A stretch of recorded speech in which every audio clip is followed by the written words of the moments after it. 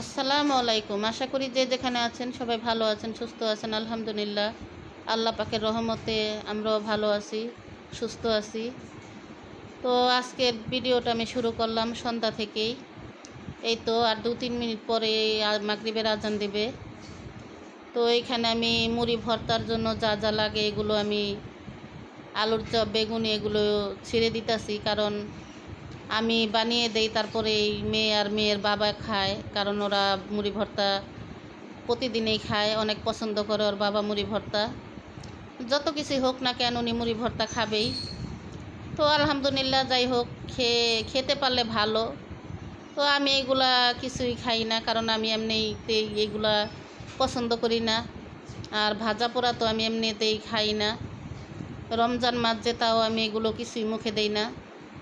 আমার শুধু আমি এক গ্লাস শরবতেই খাই, আর কিছুই এইগুলো আমি খাই না।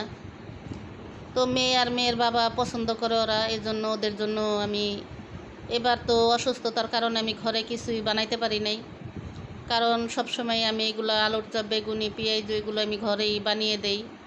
এবার তো কিছুই ঘরে আমি কিছুই বানাই নাই। তো যাই হোক, কারণ মানুষ অল্প, আপনারা জানেন সবাই, আমরা অল্প মানুষ, এজন্য যতটুকু পরিমাণে লাগে কিনাই আনে বাহির থেকে। তো এখানে আজকে আমাদের ইফতারের আয়োজন হচ্ছে বেলের শরবত, বোরহানি আর মুড়ি ভর্তা আছে। তারপরে মেয়ে আবার নুডলস রান্না করছে, কারণ নুডলসও খাবে, এই জন্য নুডলস রান্না করছে। আবার ওর বাবা মিলাদের দাওয়াত ছিল, ওইখানে গেছে, ওইখান থেকে আবার বিরিয়ানি দিছে।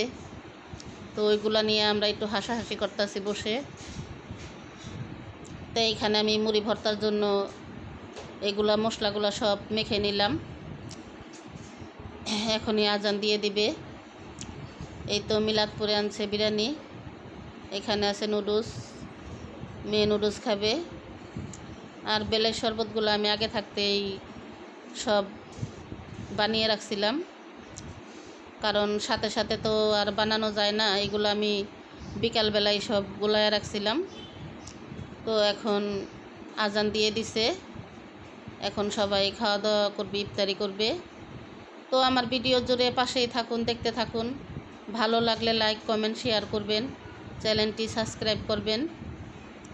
দেখতে দেখতে 14ই রমজান চলে গেল, রাত পোহাইলে 15ই রমজান। রহমতের মাস তাড়াতাড়ি চলে যাচ্ছে। তো আল্লাহ পাক যেন এই রহমতের মাস উপলক্ষে সবাইকে ভালো রাখে, সুস্থ রাখে, কারণ এই দিনটা এবার পেলাম, আগামী বছর নাও পেতে পারি। আল্লাহ পাকে বলতে পারে ভালো। তো হঠাৎ করে আমার মেজো বোনের জামাইটা অসুস্থ হয়ে গেছে, হাসপাতালে ভর্তি আছে। মেজো বোনের জামাইটার জন্য সবাই দোয়া করবেন, আল্লাহ পাক যেন ওকে তাড়াতাড়ি সুস্থ করে দেয়, কারণ আমরা ওকে নিয়ে অনেক টেনশনে আছি। আর আমাদের উপরে তাদের কী চলতেছে আর কি যাচ্ছে আমরা কিছুই বলতে পারি না, আল্লাহ পাকই জানে।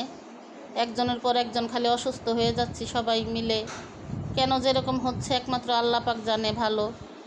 তো সবাই দোয়া করবেন, আল্লাহ যেন সব কিছু ঠিকঠাক করে দেয়, সবাই যেন ভালো থাকে, সুস্থ থাকে, আল্লাহ পাক যেন সবাইকে ভালো রাখে। এই রমজান মাসে হসপিটাল থাকাটা খুবই কষ্টকর। রোজা রাখা হসপিটাল দৌড়াদৌড়ি, বা হসপিটাল রোগীর সাথে যে থাকে তারও কিন্তু খুব কষ্ট হয়ে যায়। তো সবাই দোয়া করবেন অতি শিগগিরে যেন তাড়াতাড়ি সুস্থ হয়ে যায় আমার বোন জামাই, তাড়াতাড়ি যেন বাড়িতে ফিরে আসতে পারে। সবাই এই দোয়াই করবেন, আমিও সবার জন্য দোয়া করি, আল্লাহ পাক সবাইকে ভালো রাখুক, সুস্থ রাখুক। তো আজকে অনেক দিন ধরে মেয়েটার উপরে দিয়ে অনেক ধকল যাচ্ছে, কারণ আমি এখনও সম্পূর্ণ সুস্থ হই নাই। মেয়েটা একা একা সংসারে কাজকর্ম করে, নিজের কাছে খুব খারাপ লাগে, কিন্তু খারাপ লাগলে কিছু করার নাই, আমি এখনও কিছু করতে পারি না, হাত পা কাঁপে, শরীর কাঁপে, আমি দাঁড়াইতে পারি না। তো যাই হোক, আলহামদুলিল্লাহ, মেয়ে ছিল বইলা দুঃখ বুঝছে, কারণ সন্তান তোর সন্তান, এই নারী সিরা ধন, নারী সিরা ধনের মতো কিন্তু আর কিছু হয় না, কারণ বকি মারি যাই করি না কেন, সন্তান তো সন্তানই। ওর বাবার সেবা যত্ন, আমার সেবা যত্ন, এগুলো করেও সংসারের কাজকর্ম সব করে, কারণ এই মেয়েটার উপরে দিয়ে অনেক ধকল যাচ্ছে, অনেক। তো আপনারা সবাই দোয়া করবেন, আমিও যেন অতি তাড়াতাড়ি আমার শরীরও যেন ঠিক হয়ে যায়, অতি তাড়াতাড়ি যেন আমি সব কিছু ঠিকঠাক হয়ে যায়, সবাই দোয়াই করবেন। তো আমার আজকের ভিডিওটা আপনাদের কাছে কেমন লাগলো কমেন্টে জানাবেন। সবাই ভালো থাকবেন, সুস্থ থাকবেন। আল্লাহ হাফেজ।